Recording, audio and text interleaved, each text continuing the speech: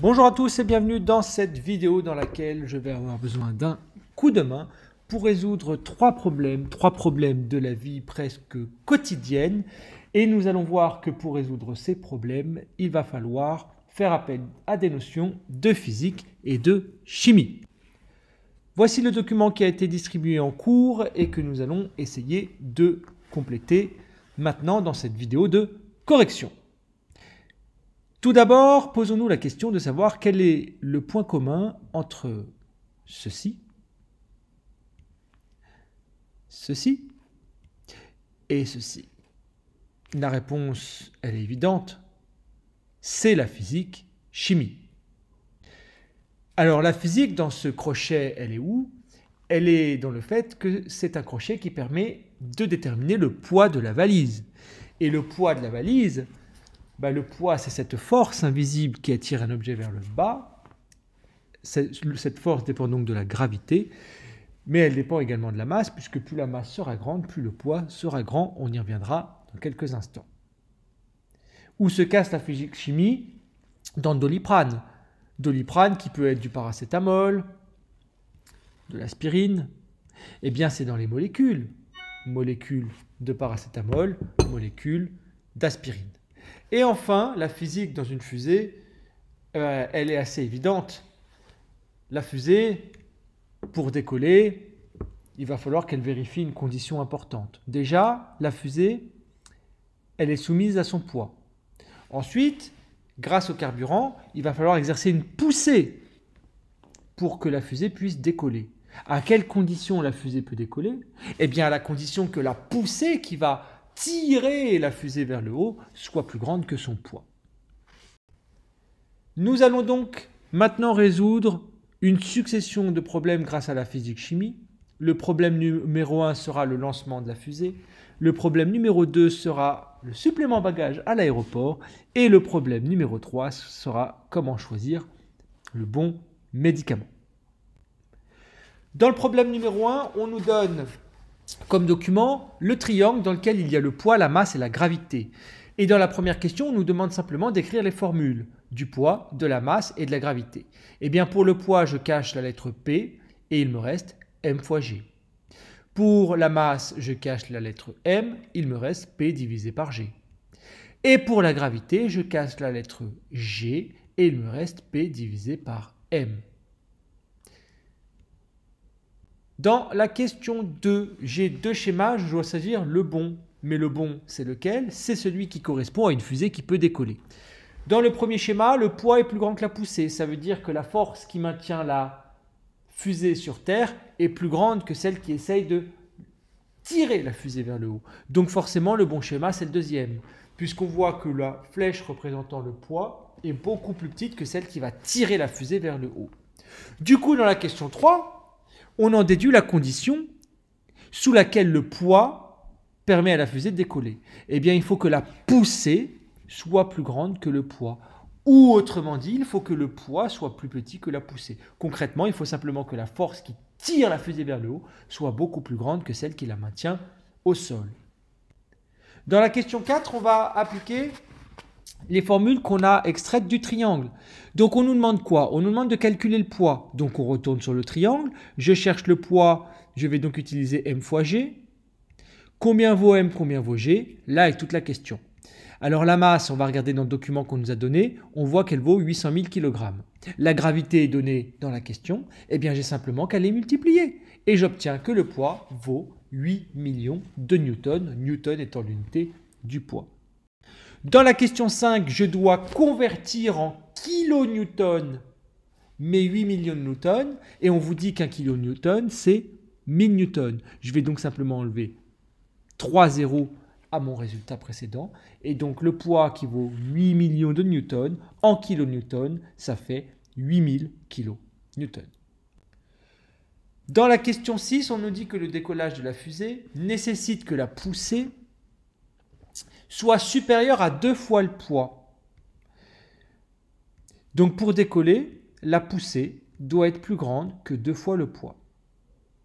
Alors dans le document qui a été fourni, on nous dit que la poussée vaut 15 000 kN. Voyons voir combien vaut 2 fois le poids.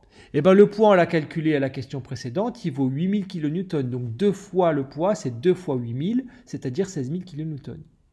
Maintenant que nous connaissons la valeur de la poussée, 15 000 kN, et la valeur de 2 fois le poids, 16 000 kN, vérifions si la poussée est bien plus grande que 2 fois le poids. La poussée fait 15 000 kN, le poids fait 16 000 kN, la fusée ne décolle pas. Parce que ici, la poussée est plus petite que 2 fois le poids. En effet, la poussée vaut 15 000 kN, c'est bien plus petit que 2 fois le poids, 16 000 kN. Conclusion, la fusée peut-elle décoller? La fusée ne peut pas décoller parce que la poussée est plus petite que 2 fois son poids. Autrement dit, les conditions qui permettent le décollage de la fusée ne sont pas réunies. Le problème numéro 2, c'est un supplément bagage. Tout le monde le sait, quand on a des kilos en trop dans notre bagage en soute, nous payons un supplément bagage.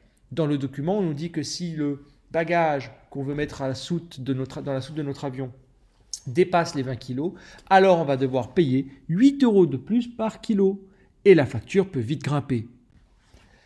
Donc, dans un premier temps, dans la première question, on nous demande de remplir le tableau qui correspond à la masse et au poids. Alors, on y va. La masse, j'ai son unité qui est donnée dans le document. Ça doit être le kilogramme. Son appareil de mesure est donné, c'est la balance. On passe maintenant au poids. Bon, puisque le kilogramme, c'est l'unité de la masse, on nous dit là, maintenant dans le document, que le poids, son unité, c'est le newton. Et l'appareil de mesure, on a éliminé la balance puisque c'est pour la masse, donc c'est forcément le dynamomètre. Ensuite, on est face à un graphique dans lequel on a tracé sur l'axe des ordonnées le poids et sur l'axe des abscisses la masse. Autrement dit, on a calculé le poids en fonction de la masse. On observe qu'on a une droite qui passe par 0, ce qui veut dire que le poids et la masse sont proportionnels. Question, à l'aide du graphique, on vous demande de déterminer le poids d'un objet dont la masse est égale à 1 kg. Concrètement, on nous demande de faire une lecture graphique. Combien vaut le poids quand la masse vaut 1 kg? Quand la masse vaut 1 kg, je regarde où est-ce que je tombe sur le graphique et à combien ça correspond en termes de poids, c'est-à-dire sur l'axe des ordonnées. Eh bien, je vois que pour une masse d'1 kg, j'ai un poids de 10 newtons. Question 4, toujours à l'aide du graphique, on nous demande de faire maintenant l'inverse. Quand j'ai un poids qui... on me demande maintenant de faire la même chose seulement quand la masse vaut 2,5 kg. Eh bien, je regarde à 2,5 où est-ce que je vais tomber, je vaux 25 newtons. Et maintenant, on me demande de faire l'inverse. Que se passe-t-il quand le poids vaut 15 newtons? Eh bien, je regarde à combien ça correspond au niveau de la masse sur l'axe des abscisses.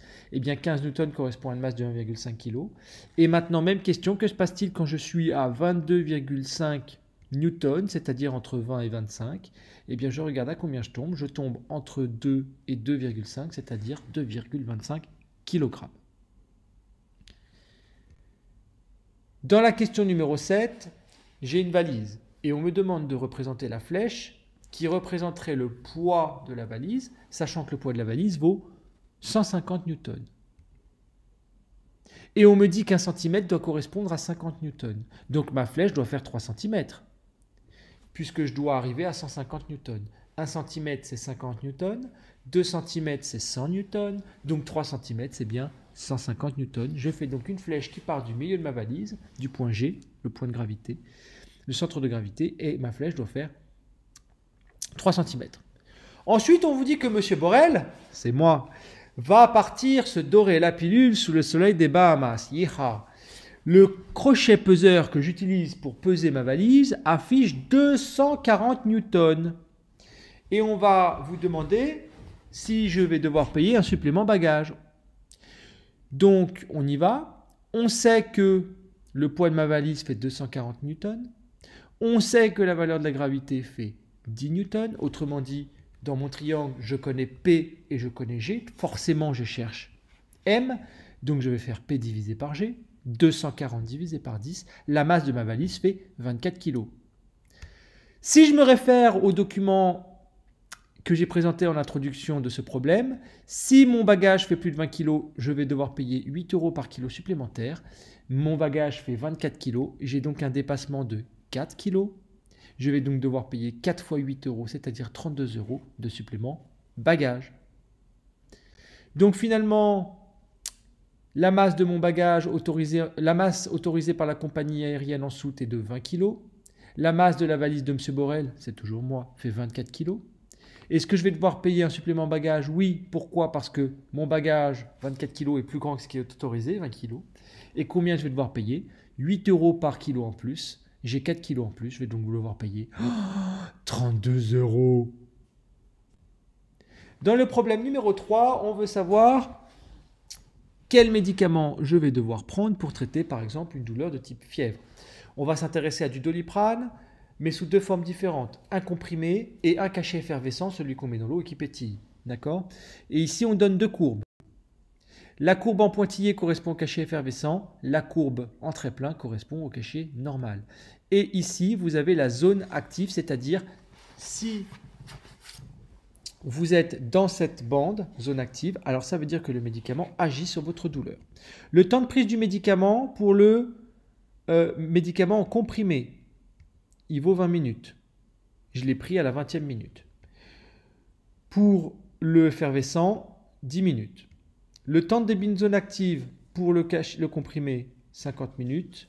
Pour l'effervescent, il fait effet à la 20e minute. Le temps que j'ai passé dans la zone active, le temps de fin de zone active, pardon, il arrête de faire effet à la 140e minute pour le comprimé et pour l'effervescent, il arrête d'agir à la 90e minute. C'est maintenant que les choses deviennent intéressantes. Dans la question 2, on vous demande quel comprimé, l'effervescent ou le comprimé classique, vous devez prendre si vous voulez calculer une douleur, soulager une douleur le plus rapidement possible. Bon, eh bien le comprimé normal, il va mettre 30 minutes à agir. Pourquoi? Parce qu'il rentre dans la zone active 30 minutes après sa prise. Vous l'avez pris à la 20e minute, il agit à la 50e, il s'est écoulé 30 minutes. Donc entre le moment où vous prenez le cachet, le comprimé, et le moment où il commence à agir sur votre douleur, il s'est écoulé 30 minutes. Pour l'effervescent, il s'est écoulé 10 minutes, puisque vous avez pris l'effervescent à la 10e minute et il agit à la 20e, il s'est écoulé 10 minutes. Donc si vous voulez calmer une douleur le plus rapidement possible, vous allez prendre le cachet qui agit le plus vite possible, c'est-à-dire le cachet effervescent qui agit en 10 minutes.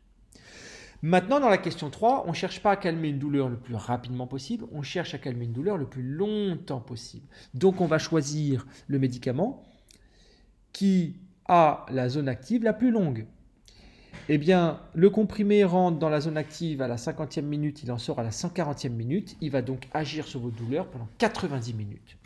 Le cachet effervescent, lui, il rentre dans la zone active à la 20e minute, il en sort à la 90e minute. Il a donc agi sur votre douleur pendant 70 minutes. Pour calmer une douleur le plus longtemps possible, je vais prendre le médicament qui agit le plus longtemps possible, c'est-à-dire le comprimé classique, puisque lui va agir sur votre douleur pendant 90 minutes. C'est fini!